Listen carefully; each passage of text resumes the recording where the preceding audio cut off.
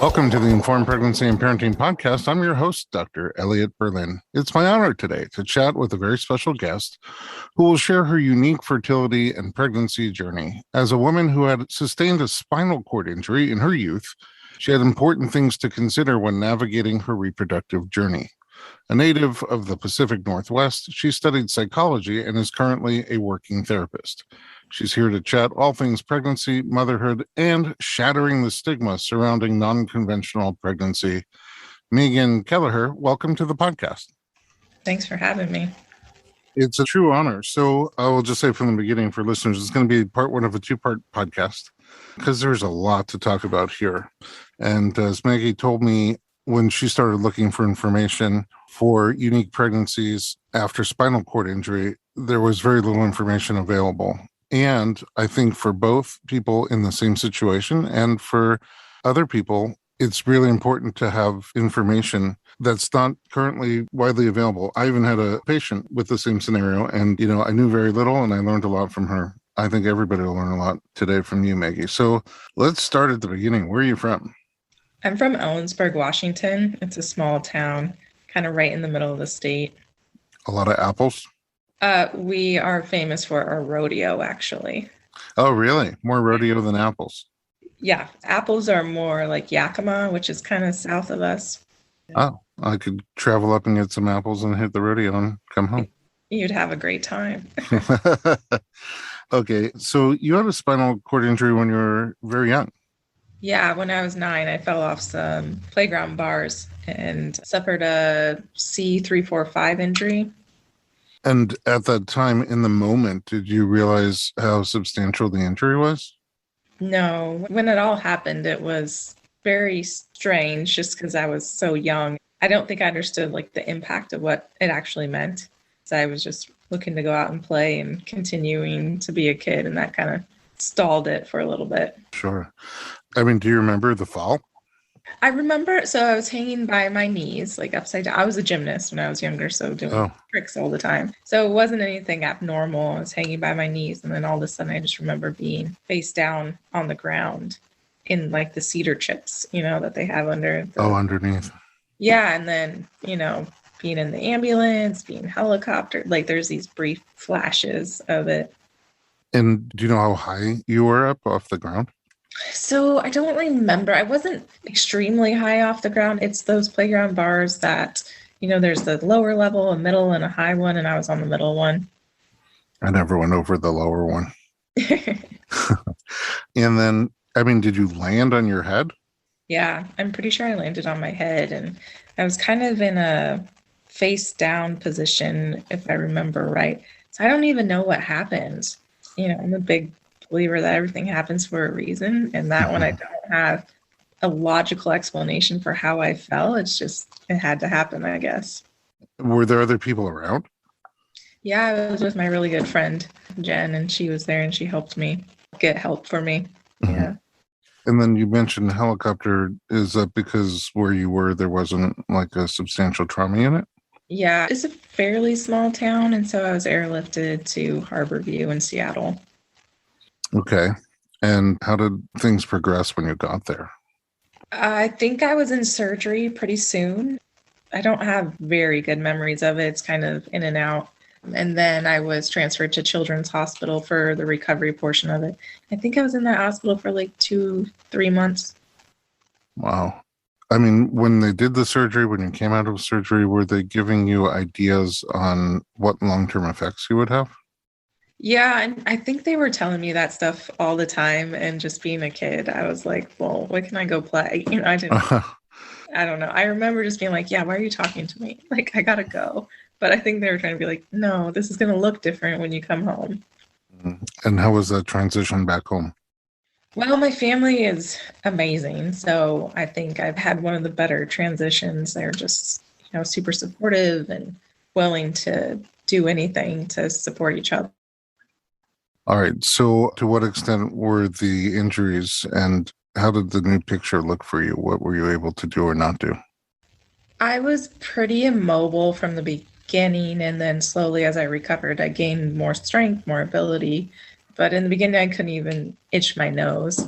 And that a lot of through physical therapy, occupational therapy, a lot of that came back. So obviously can't walk, but I have movement in my arms that I can use. Like my fingers, I don't have control to open and close my hand and things like that. As people with disabilities know, you just get really good at adapting to things. So figuring out how to do things differently. But yeah, navigating the house in a wheelchair. Of course, there were some crashes to the walls, stuff like that, but got better at it. When you were really little when this all started, because I know that the wheelchairs today, they have like incredible chairs that can do a lot. Did they have that kind of technology when you were little? Yeah, it was pretty good. It's a lot better now, as you say, but I still had a chair that tilted back and to really pressure sores or just being able to move around. But yeah, the turning radius has gotten a lot better. All right. I want to find out more about what it was like to grow up and to adapt. And then we'll get to soon pregnancy and childbirth. We're going to take a quick break and we'll be right back.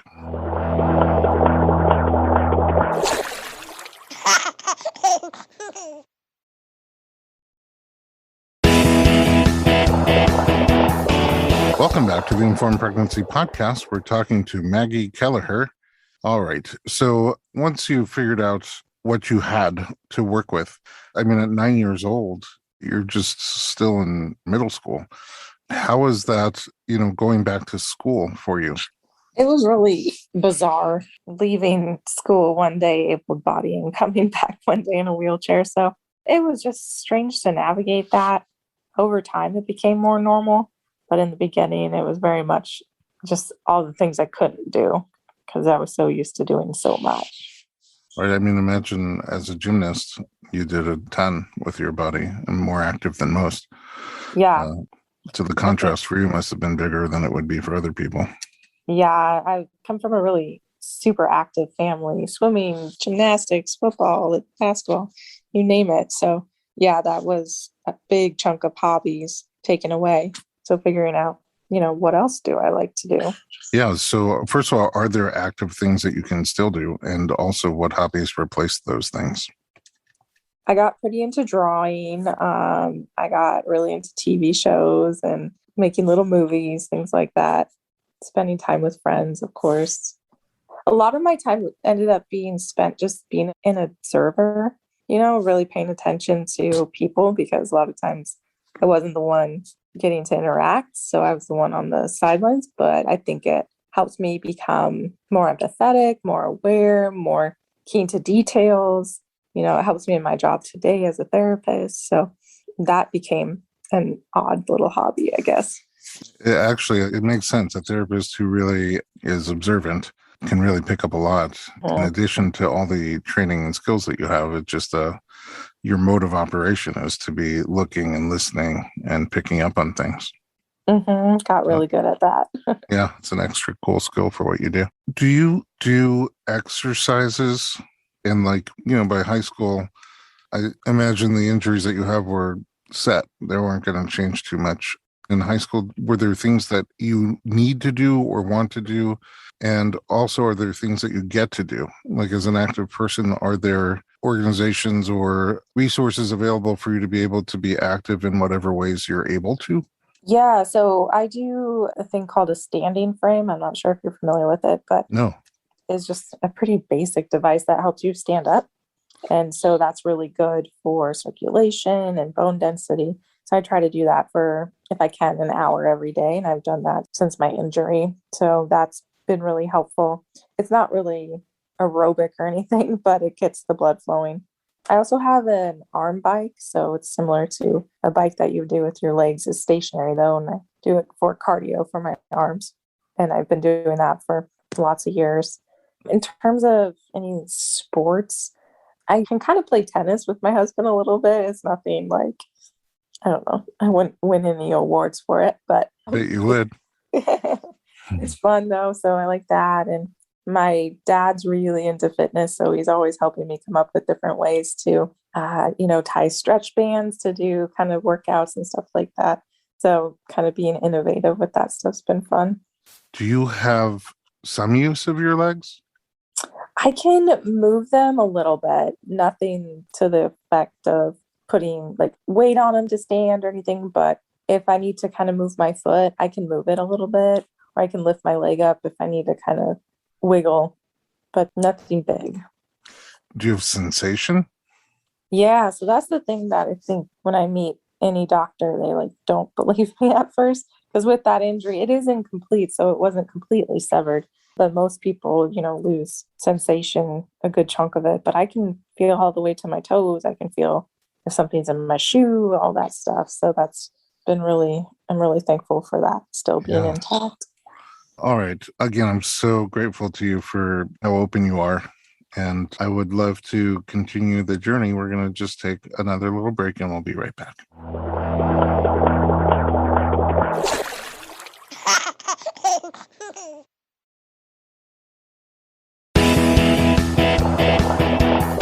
Welcome back to the Informed Pregnancy Podcast. We are talking to Meaghe Kelleher. Okay, so college. Like, at what point did you start to think about career and what you want to do?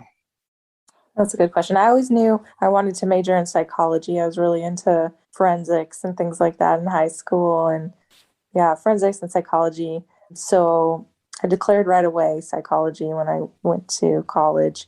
And then I added communications as a major as well, because I was thinking, well, maybe I want to go into advertising of some sort.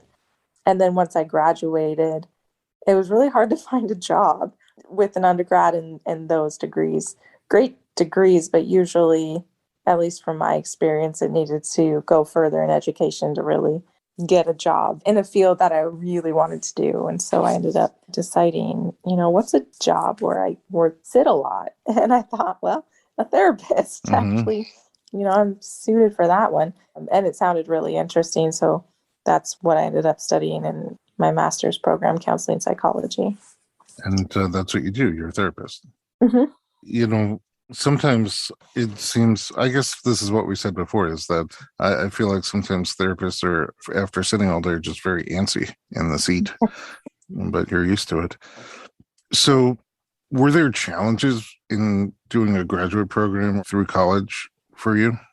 I think the biggest thing is just accessibility structure wise. So buildings that are only stairs or the doors are not automated, stuff like that. So those were probably my biggest obstacles, just physical barriers that, that easily could have been a ramp or there could easily be a button there. So I'm a big advocate for those things to get fixed. Yeah, for sure. I mean, it sounds like in general, like the world is moving in that direction anyway, trying to be as accommodating to as many people as possible. Yeah, it's getting better. Okay, so you're married. Yes. How did you meet your husband?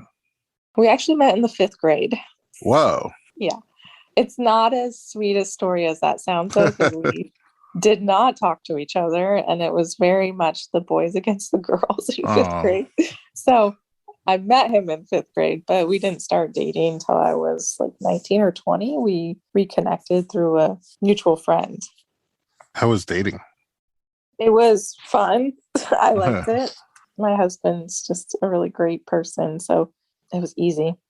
Oh, well, that's nice. So if you were 19 or 20, how long were you together before you decided this is it? You're the one. Well, I think we both kind of knew pretty early on, but we ended up dating for like 5 years before getting engaged. And so we started dating in 2007, got married in 2013. Okay. And then were you talking about kids early on? I don't even think it was a conversation we ever had. Oh, in all the years of dating? I don't remember one. Maybe it happened, but I don't remember it. Do you guys each have siblings? Yeah, we each have a lot of siblings. You do? Yeah, we each have 3 siblings. Which one are you out of the 4? So I have an older brother, and then it's me, and I have 2 younger sisters. Are you guys close? Yeah, especially me and my sisters. One lives near me, and the other one lives in my hometown, but we're really close. That's nice. Which one is your husband out of the 4 there? He's the oldest. The oldest and the first middle child. Yep. I would say you are. Okay. So if you weren't talking about it early on, when did it come up as a thought? So my brother ended up having a kid with his wife, and I remember just kind of watching that and being like, I think I can do that too. And I think it just was never on my radar of something to do, because I just doing kind of anything that a quote unquote normal person would do, right? It's a little bit harder for me. And so that wasn't really in my radar. But then I saw that and I was like, well, if he can do it, I can do it. um, and him and his wife are great and stuff. So just being exposed to it and seeing that and being like, ooh, I think I want that. Yeah. And it felt doable. I was like, wait a minute, I think I can make this work. Do you remember your first conversations about it? Yeah, I remember checking in with my husband, just saying, hey, I'm thinking about this. What do you think? And he was like, well, I'm good either way. If we end up not having kids, I'll be happy. And if we do, I'll be happy as well. So I think he very much recognizes if the woman's getting pregnant, that's a big part on the woman there. So Yeah, the whole thing, pregnancy yeah. and beyond. He was just supportive, and he was like, I think we'd be really great parents. So I bet you are. All right. Well, we talked about a lot, and not only are we going to take a break, we're going to do a part B to this episode to really find out more about your fertility, pregnancy, birth, and parenting journey. Tune in for part 2, and we'll see you there. Thanks for listening to the Informed Pregnancy Podcast. If you'd like to connect, visit us on Instagram at Dr. Berlin. It's DoctorBerlin.